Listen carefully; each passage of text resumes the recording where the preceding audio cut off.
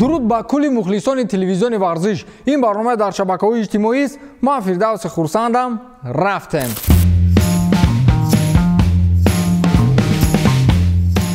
دیروز دسته رئال بر مقابل دسته گرانادا غالب شد و با همین موقع اول چمپیونات اسپانیا خود لالیگا را صاحب گشت. اکثریت با احیا شدن دسته به مانند رئال و اون هم در زمان نوبتی حکمرانی زیدان مادرید را باور نداشتند و حدس بر آن می‌زدند که امسال رئال در هیچ چمپیونات‌های داخلی و اروپایی غالب نخواهد آمد. اما وقت چیز دیگر رو به ما نشان می‌دهد. اکنون گپ و آوازها هم عوض شدند. آنجا میگن رئال هم در لالیگا و هم در لیگ چمپیون‌ها یکی از نامزدهای اساسی است. شما باور دارید که رئال در لیگ چمپیون‌ها امسال چمپیون می‌شود؟ من نه، ولی میگویند که این فوتبال است. در آن همین بازی دسته رئال هم از غالبیتش استقبال کرد، هم یک بازیگر اساسی اشون به دستاورد نائل گشت. تونی کروس 200مین بازی خود را در حیات رئال گذرانید که از میان فوتبال بازان آلمانی در تاریخ تنها اولی شتیلی که 212 بازی در حیات باشگاه شاهانه گذرانیده است. من با کفالت به قول 100% گفته میتوانم که رئال حالا کروس را فروختنی نیست و آلمانی رکورد همشهری خود را خواهد شکست. آلمانی ها فقط مرسدس ندارند، کروس هم دارند.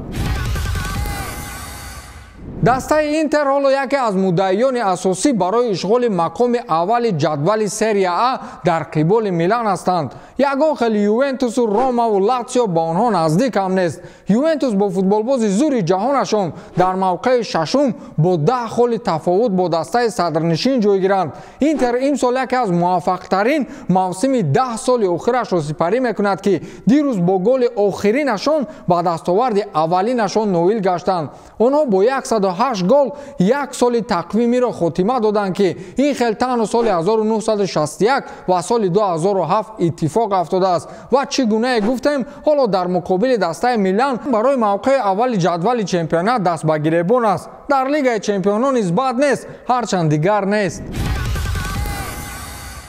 بازی دسته‌های منچستر یونایتد و اورتون را در دایره دور یک نهایی جام انگلیا دیدید. دیوهای سرخ واقعا یک سر و گردن از شاگردان کارلو آنچلوتی بالا بودند.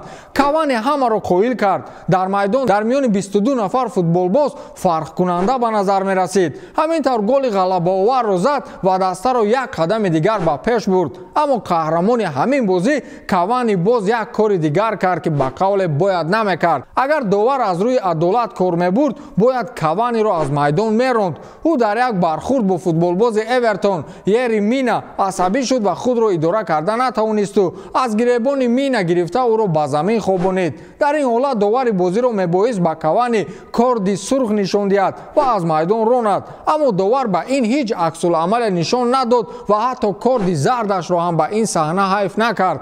اگر کوانی نمیشد در دقیقه 88 به دروازه شاگردان آنچلوتی گل نمیشد، ولی منچستر با حساب 1-0 غالب میگردید. در ما میگویند که 2-15 یا 30. همین ایدن ازار از تماشای کوچه های مادرید سر نشده باشد. با قول معلم بک چشمانمون درید از انتظاری. خلاص در دیروزه بازی دسته رئال مقابل گرانادا ازار روی اکران ها یک پیدا شد و مخلصان امید بستند که ازار در قسم دوم با میدان میبراید. اما زیدان گفتی بابای من مرد و ازار رو با میدان نبراورد. بعدا در نشست مطبوعاتی سوال اولین ژورنالیستان با زیدان محض همین بود: چرا ازار با میدان نبرآمد؟ زیدان گفته است که اشتراک ازار رو در این بازی مهم نشماریدم. این رقابت خیلی مشکل بود و برای همین من به سلامتی ازار توکل نکردم. با گذشت وقت او حتما به هیئت اساسی برمیگردد، ابراز نموده است زینedین زیدان. او برمیگردد ولی گفتی سهرابشاه فرخشاه 1000 سال دیگر طبابت میگیرد.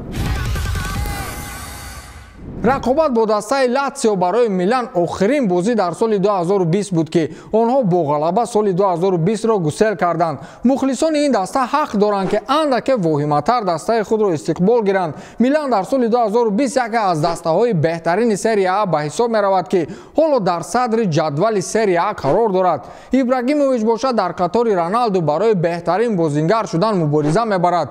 میلان یگانه دسته در اروپا است که بعد کارانتین در یگان بازی شکست نخورده است. дар 26 вохӯрӣ 19 ғалаба ва 7 мусовӣ дорад. Милан дар 16 бозӣ пайҳам 2 голӣ задааст ки бовар кунед дар таърих танҳо Барселона дар соли 1948 ин корро анҷом дода буд. Аз ин рӯ мухлисони ин даста дар бозии охирин дар кӯчаҳои Милан тавре дастаи худро истиқбол гирифтанд ки гӯё дар дунё ду намуди ранг асту халос. Дар аксҳо дида мешавад ки чӣ хел мухлисон шабона бо машъалу чароғҳои мошинҳо бо ранги тори шаб сурхӣ ҳамроҳ мекарданд ки ба назар хеле воҳима ва дағал менамояд. Худро чунон тасаввур мекунед ки гӯё ба қавле бандитҳои филми «Форсаж» ба сари ту меоянд. вақте аз як ҷо ба қавле пеш мекунанду ҷои дигар рафта муваффақ мешавӣ чӣ хел аст? Дар дил хоҷо мегӯӣ ки ба қадри ман нарасиданд. Айнан ҳамин таърих бо яке аз сармураббиҳои хуби Аврупо Унаи Эмери дучор шуд. Дастаи Арсенал соли гузашта Эмериро барои натиҷаҳои ғайриқаноатбахш аз даста ронданд ва Микел Артетаи таърифиро ба даста оварданд. Ҳамакнун Арсенал дар ҷадвали Премер-лигаи Англия дар наздикии дастаҳои аутсайдер аст. ҳоло 4 хол зиёдтар аз дастаҳои поёнии ҷадвал дорад ки ба гуфте ин даста бо ҳамин тарзи бозӣ шояд дар қатори сегонаи поёнии ҷадвал қарор гиранд. Унаи Эмери бошад ҳоли ҳозир аз муваффақиятҳои дастаи Вильяреал ҳаловат мебарад. Дастаи ӯ ҳоло 19 бозии бебохти пайҳамӣ дорад. Яъне дар 19 бозӣ пайҳам ғалаба ба даст оварданд ки ин барои даста рекорд ба ҳисоб меравад. ҳеҷ гоҳ Вильяреал 19 бозиро пайҳам набуридааст. Лондониё бошад аз он таассуф мехӯранд ки Эмериро аз даст доданд ва ба қадраш нарасиданд. Ян Облак яке аз дарвозабонҳои беҳтарини Аврупо ба андешаи он ки Месси беҳтарин футболбози дунёст розӣ будааст. Агар овоздиҳӣ шавад, Облак ба Месси овоз медодааст. Хулас дирӯз аз Ян Облак дар мавриди Месси пурсиданд. Ӯ гуфтааст ки ӯ чун ҳамешагӣ беҳтарин футболбози дунёст. ӯ голи бисёр мезанад. Ман баъзе вақт намефаҳмам ки ӯ чӣ хел гол зад. Баъзан фикр мекунӣ ки аз уҳдаи пеши Мессиро гирифтан баромадӣ. Тамом. Аммо мебинӣ ки Месси муқобили ту ҳаракат дорад ва хеле осон гол мезанад. Баъзан ӯро намебинӣ ва фикр мекунӣ ки хатар нест, аммо дар як сония пайдо мешавад. Ман аҳамият додам ки чӣ хел Месси доим пойҳои дарвозабононро назорат карда меистад. Месси вақте тӯбро идора мекунад, ҳатман туро низ назорат мекунад. Мушкил аст хулоса баровардан ки чӣ хел ӯро манъ намоем. Ҳеҷ гоҳ пешгӯӣ карда наметавонӣ ки ӯ тӯбро куҷо мезанад. Фақат барор кӯмакат мекунад, тамом. Иброз намудааст Ян Облак. ҳа ин ҷо бо худи барор шартнома карданд дар кор. дар қиболи таърифкуниҳои Месси дар заминҳои сабзи Италия аҳволи ҳамтои ӯ мисле ки он қадар хуб нест. Дастаи Ювентус муқобили дастаи Фиорентина бо ҳисоби 3-0 шикаст хӯрд ва ҳатто беҳтарин бозингари дунё бо фарзияи аксарият натавонист ки бянканерҳоро аз бох наҷот диҳад. Ин шикаст умеди мухлисонро ба чемпионшавии Ювентус дар серия А барбод дод. онҳо 10 хол аз садрнишини ҷадвал қафо мондаанд. Криштиану бошад бо ҳар роҳе мехоҳад мухлисони дастаро ба оянда дилгар намояд. ӯ аз ин минбар ба мухлисон муроҷиат карда гуфтааст ки натиҷаҳои бади даста аз натиҷаҳои майдонҳои холиву таваққуфи ногаҳонӣ ва тақвими бемаънии бозиҳо дар футбол аст ки моро имсол дунболагир буд. таваққуфи на он қадар хурди дар пеш истода барои мо шонс аст ки бо рӯҳияи ювентусӣ ба майдон бароем.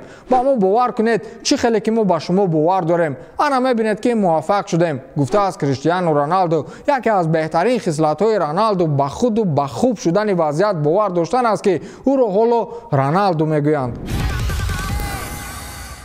дар ҳошияи аз UFC дур шудани чанд равзгари машҳур ҳамакнун Энтони Петтис ҳам аз хотимаи корномаи варзишиаш дар UFC дарак дод. равзгари 33-солаи амрикоӣ собиқ қаҳрамони UFC дар вазни сабук Энтони Петтис дар саҳифаи иҷтимоияш хабар додааст ки дигар дар созмони UFC баромад намекунад. пас аз 12 сол ман қарор додам ки UFC-ро тарк карда ба намуди шиноварӣ равам, навиштааст Петтис дар саҳифаи твиттераш. ба ҳамин тамом, то дидор, хайр.